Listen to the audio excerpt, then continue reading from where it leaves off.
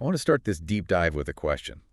And fair warning, it's going to feel a little intrusive, Oh, good. maybe even a little uncomfortable. We like uncomfortable. That's usually where the interesting stuff is hiding. Exactly. Yeah. So I want you to think about the last major choice you made, a really big one. It could be, the car sitting in your driveway, the career path you're on, or maybe even a political stance you hold really strongly. Okay. Something you'd argue about at a dinner party. Got one in your head? Yep, I've got mine. Okay. So here's the question. Did you actually choose it? Or were you programmed to choose it? Wow. That is a heavy way to open the door, but it cuts right to the heart of what we're unpacking today, doesn't it? We walk around assuming that our agency is a given. Of course. We think, I swiped the credit card, I cast the ballot, I signed the paper, so, I made a choice. But the material we're looking at today, it just throws a huge wrench in that. Yeah, it suggests that most of what we call free will is actually just running code. Execution of code. Yeah. Which is, frankly, a terrifying thought. We're digging into this really fascinating and, unsettling blog post from the Knowledge is King platform. It's a piece by an author named Mark Wells, dated January 23, 2026. And the title alone is a showstopper. It is. True freedom is a tool, not a choice. And we should probably set the stage here, because I know how a title like that can sound.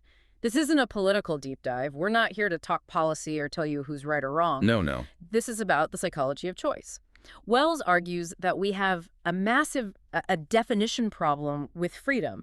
We're confusing having a menu of options with, actual independence. Right. It's the difference between being the chef who creates the menu and just being the customer who picks from it. That's a great way to put it. And I have to say, looking through this source material, he uses an analogy later on about a math class that completely, it just flipped a switch for me. Oh, it's so good. It's simple, but it's one of those things you just can't unsee once it clicks. Well, and it's such a crucial lesson in critical thinking. In this era of, just information overload, algorithms pushing you one way or the other, this might be the most important skill there is. Are we actually thinking, or are we just reacting? Are we thinking or just processing? Yeah. Exactly. Yeah, so let's get into that, the definition problem. Because, if you stop me on the street and ask, are you free? I'll say, sure, I can pick option A or option B. Right.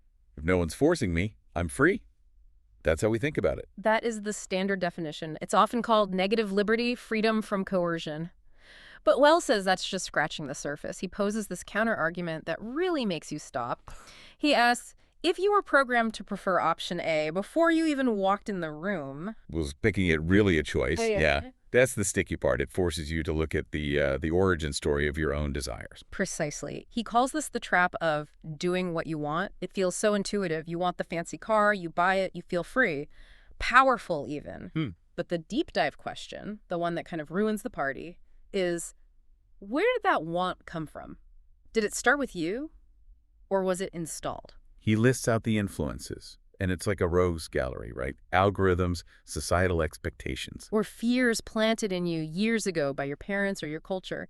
Think about it. If an algorithm knows your exact dopamine triggers, and it feeds you content for 5 years that makes you crave a certain lifestyle. When you finally choose that lifestyle. Are you the master of your destiny? Or are you just the predictable end result of a very, very smart marketing campaign? It's that old saying, right? Yeah. If you can't spot the sucker at the poker table. It's you. And Wells is pretty harsh here. He says, if that want came from an external source, acting on it isn't liberty. What does he call it? Obedience. You're not writing your own story. You are, and this is his phrase, simply running a script that someone else wrote. Oof. Running a script. That makes me feel like a machine. But it makes perfect sense.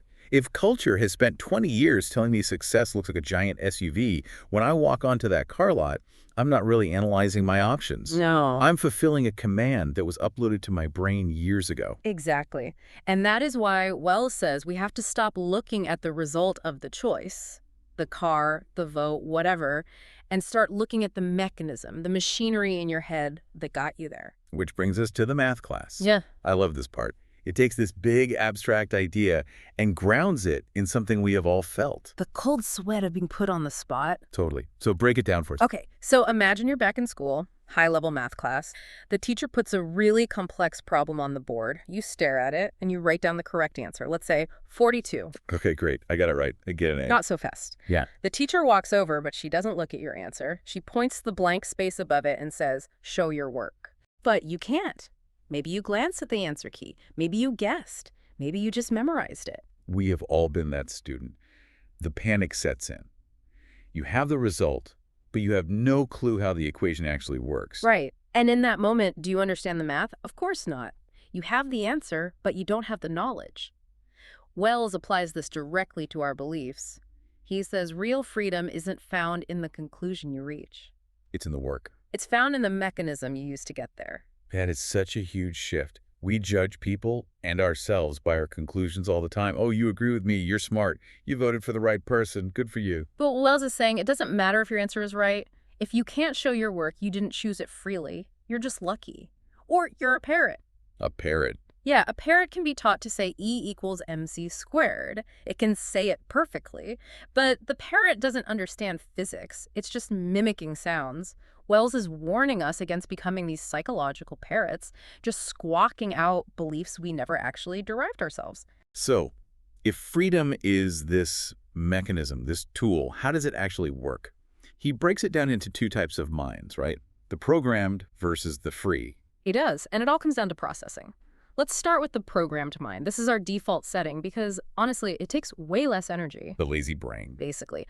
This mind gets an input, a news story, a comment online, and it immediately, instantly, spits out a prepackaged answer. And that output looks like what? It's almost always a feeling, a bias, or a slogan. The key is that it's instant. Stimulus leads directly to response. No gap. I see this everywhere on social media. Someone posts this controversial article, and within seconds, the comments are flooded. There's no way anyone actually read it. No. It's just pure reflex. That is the programmed mind in action. It's efficient, for sure, but it's not thinking.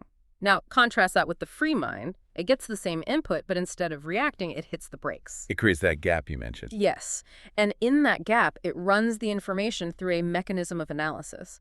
Wells lists 3 steps. You dismantle the idea, you check the source, and you test the logic.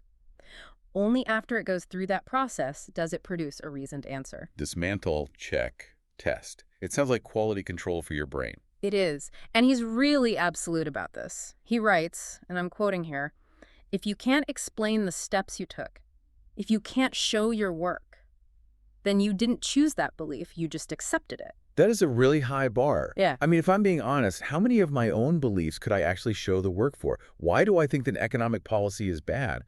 My honest answer is often just, I don't know, just feels wrong. And that feeling is the tell.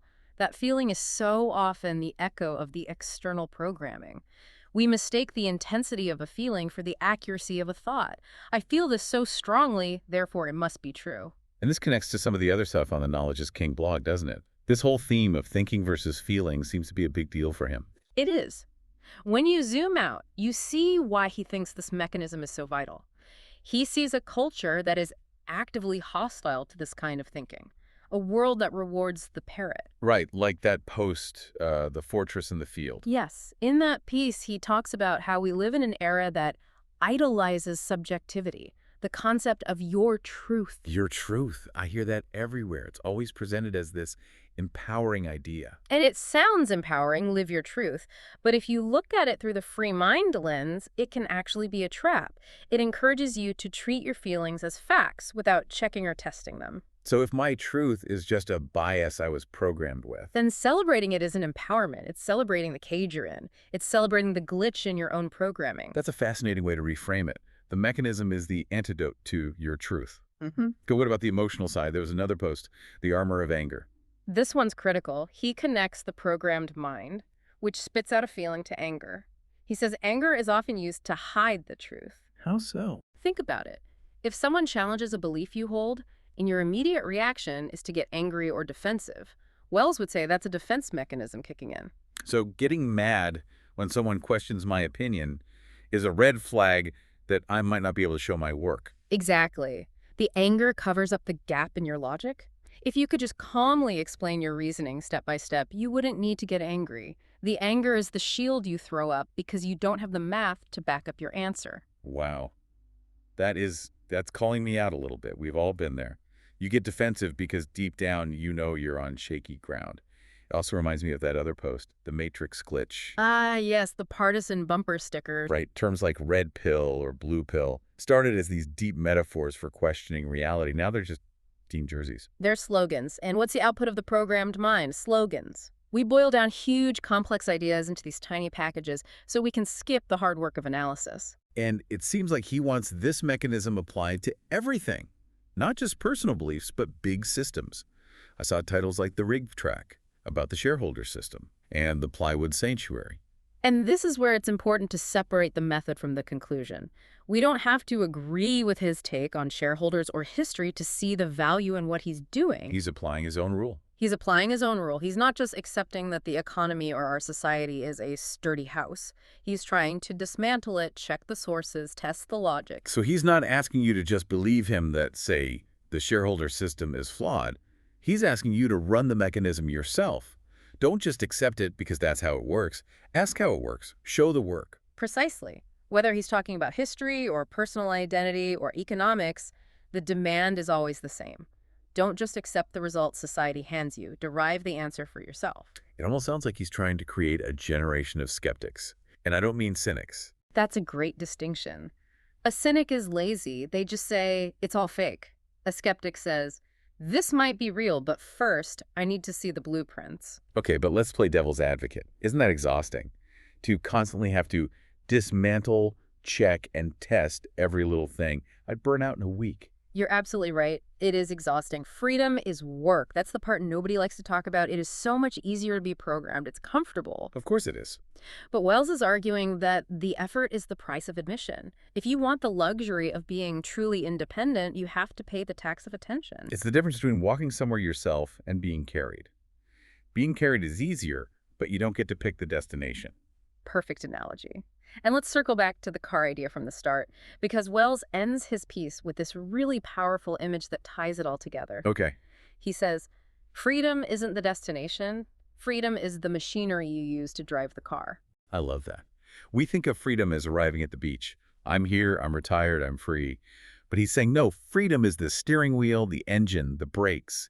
It's the tool that allows you to navigate the road. Because if you're in a self-driving car that was programmed by someone else, by society, by an algorithm, it doesn't matter if you end up at a beautiful beach. You didn't drive there. You were just cargo. You were just cargo. That hits hard, doesn't it? Right. The goal isn't just to be right or to be happy. The goal is to be the driver. And to be the driver, you have to know how the car works. You have to be awake at the wheel. You have to be able to show your work. So after all that, we have some homework. And it is not the easy kind. No. Here's the challenge. Based on everything from Mark Wells's work, I want you to take one deeply held belief you have. Just one.